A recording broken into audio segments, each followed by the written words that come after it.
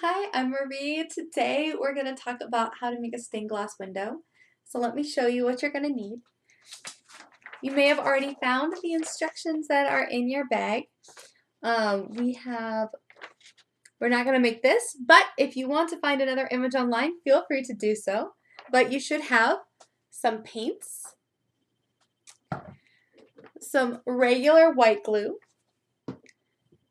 some clear glue, as well as some black paint. You will also have a paintbrush, and you will need to have a cup of water at home. But first, we're going to start out with doing an outline.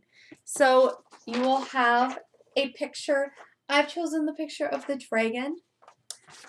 This one looks a little bit different than the one that ended up in your bag. But again, feel free if you want to try a different image, go ahead. And here is some glass. And we're going to start out by placing the image underneath the glass. You can tape it to the glass, but I'm just going to lay it down flat. And I'm going to mix up my white glue with my black paint. Just going to pour it in.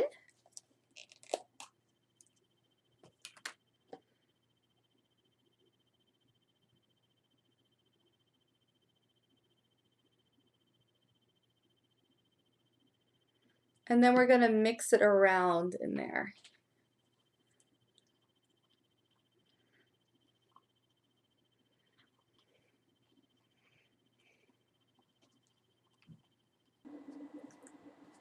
Okay, since filming the last part, I have some pro tips for what you need to do in order to make this a little bit easier on yourself.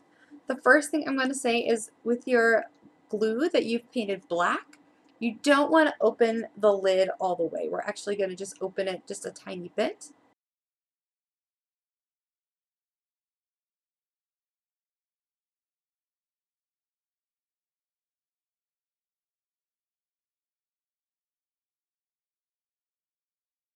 I am going to let it sit and dry out so that way I can begin painting.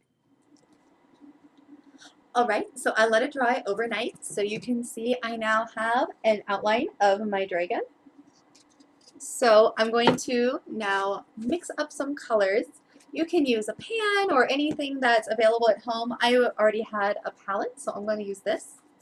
After I first put in some clear glue. So this is just going to help it stick. So since I am using a palette, I'm going to leave some space.